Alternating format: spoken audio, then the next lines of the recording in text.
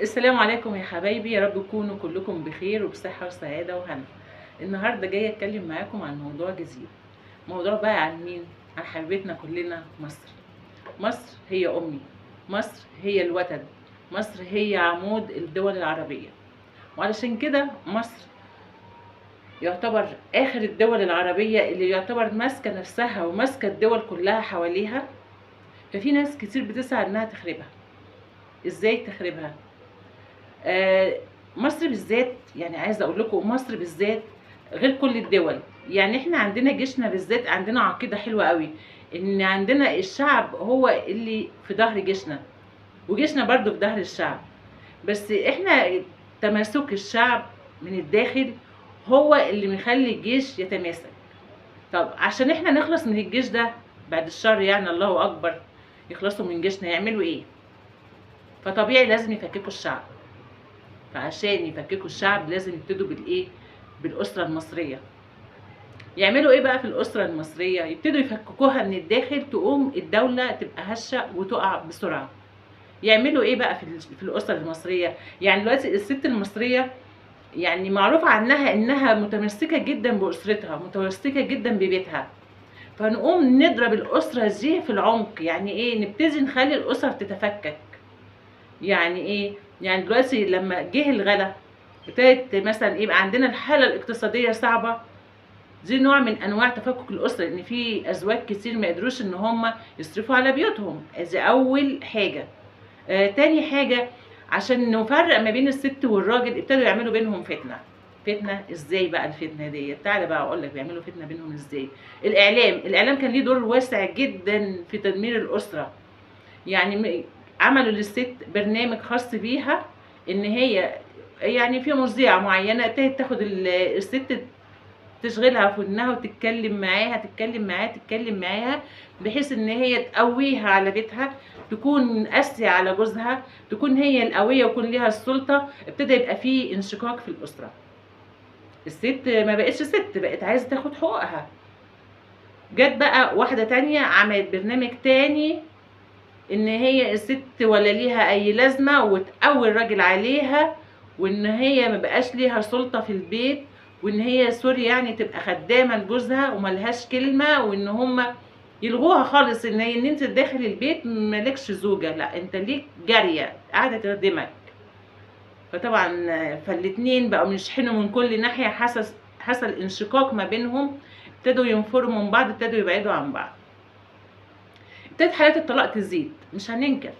مع حالات الطلاق اللي بتزيد، ايه اللي حصل؟ ايه اللي حصل؟ الاطفال بقت كتير، الاطفال بقت مشرده، الاطفال ما بقاش لاقيه ولا ام ولا اب، وفي اطفال كتير اترمت في الشوارع، وفي اطفال كتير اتحرمت من باباها، وفي اطفال كتير اتحرمت من مامتهم. فاكيد البيوت بقى حصل فيها انشقاق. والانشقاق ده بيعمل ايه؟ بيعمل هدم للاسره وهدم للمجتمع. ناهيك بقى عن ايه؟ عن المخدرات اللي انتشرت بين الشباب، عن الافلام الاباحيه اللي علمتهم التحرش والاغتصاب والزنا، ابتدى يبقى فيه نوع من انواع الانحلال بين الشباب. طيب وبعدين ايه اللي حصل تاني؟ اللي حصل ان احنا بعد ما فككنا الاسره وحالات الطلاق زادت، هي فعلا حالات الطلاق زادت، في اسر كتير اتدمرت. احنا عندنا عايزين نقول بنسبه 80% البيوت متدمره، بنسبة 80%. يعني ال 20% دول هم اللي ماسكين نفسهم، وتيجي تسأل 20% هتلاقي ان ال 20% دول يعني يقول لك احنا مستحملين عشان خاطر ايه؟ ولادنا. لكن في مشاكل يا جماعة، في مشاكل، يا ريت نحلها، يا ريت احنا كأسر نحلها. يا ريت يكون قبل ما تقولي كلمة الطلاق يكون ليكي كبير، الكبير ده هو اللي يقعد ويحل لك مشاكلك. كل أسرة لازم يكون ليها كبير، يكون في راجل كبير قبل ما تروحي المحكمة، ولا قبل ما تجري على المأذون، قبل ما يحصل خراب البيوت، يبقى في حد كبير هو اللي بيقوم بالمشكلة ديت، هو اللي يحلها لك. فاحنا عايزين نعرف دلوقتي هنعمل ايه. يعني دلوقتي احنا مش عايزين الأسر تكون متماسكة أكتر من كده. ابتدوا بقى برضو عشان يكرهونا في بعض ويغيروا تركيبة السكانية ويغيروا الهوية بتاعتنا. عملوا ايه؟ ابتدت في صفحات انا بشوفها برضو، يمكن دخلت كتبت عليها وخدت منها بلوكات وكده، يعني ان هم عايزين ان الست المصرية ما تتجوزش مصري، والمصرية ما تتجوز برضو المصرية ما تتجوزش مصري. تبتدي بقى تجيب ايه، يعني مثلا المصريه تتجوز اي جنسيه تانية ايا كانت بقى، أنا مش هذكر الجنسيات، تتجوز واحد اجنبي بعيد عن جنسيتها، وساعات بعيد عن ديانتها للاسف، اجنبي بقى اوروبي عربي، المهم ان هي بتغير التركيبه السكانيه بحيث ان انت تبقى هويتك مش مصريه، يجي الاجنبي ياخد المصريه ويطلع بيها بره او تقعد حتى معاه هنا، ما بقتش مصريه، اولادها ما بقوش مصريين. كذلك الراجل يتجوز مثلا، او الراجل يتجوز مثلا اي جنسيه من الجنسيات اللي احنا بنشوفها دلوقتي، الاولاد بيطلعوا من لباباهم، ماشي من باباهم، بس التركيبه نفسها مش المصري الاصيل، الجينات اتغيرت، احنا مش عايزين الجينات ديت، النسيج المصري الاصيل اللي احنا متعودين عليه يبقى حاجه واحده، احنا كتله واحده، ايد واحده، ابتدى يتغير، ابتدوا يضربوه كده في الخلاط ويطلعوا منه كوكتيل، كوكتيل بيسموه ايه، شعب مصري. لا ما بقاش شعب مصري، بقينا مجنسين، واحده تاخد من اي دوله، وواحد ياخد من اي دوله، وابتدى ايه يحصل اللي هو اللي بنقول ايه، تفرقه في الاسر المصريه اللي احنا متعودين ان احنا نكون تركيبتنا واحده. على فكره بس عايزه اقول على حاجه بس عشان ما حدش يفتكر ان هو بيعمل كده في مصر بس، لا، تعالوا شوف الدول العربيه برضو بيشتغل عليهم نفس الشغل ده، بحيث ان هي تبقى التركيبات كلها مفتته، ما يبقاش مثلا مغربي اصيل، هتلاقي المغاربه برضو ابتدوا يدوروا على جنسيه غير جنسيه بنتهم، او المغربيه مثلا خدت من جنسيه تانية، او التونسيه او الجزائريه او العراقيه، كل الدول ابتدت دلوقتي ايه بيحصل فيها زي لخبطه كده، يعني تحس ان هما بقوا كوكتيل، ده ياخد من ده وده ياخد من ده وياخد من ده، رغم ان احنا كنا كل دوله كانت مقتصره بنفسها.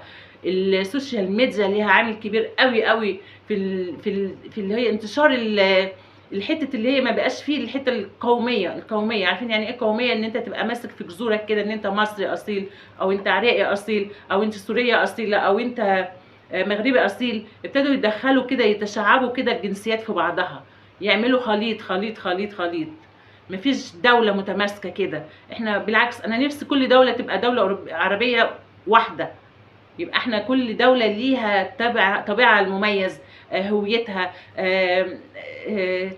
تحس كده ان في حاجة كده يعني هوية، في ترابط ما بين الاسر وبعضها. لكن الانشقاق اللي بيحصل ده بيوزع الاسر، بيفرق العروبة، بيفرق الدول.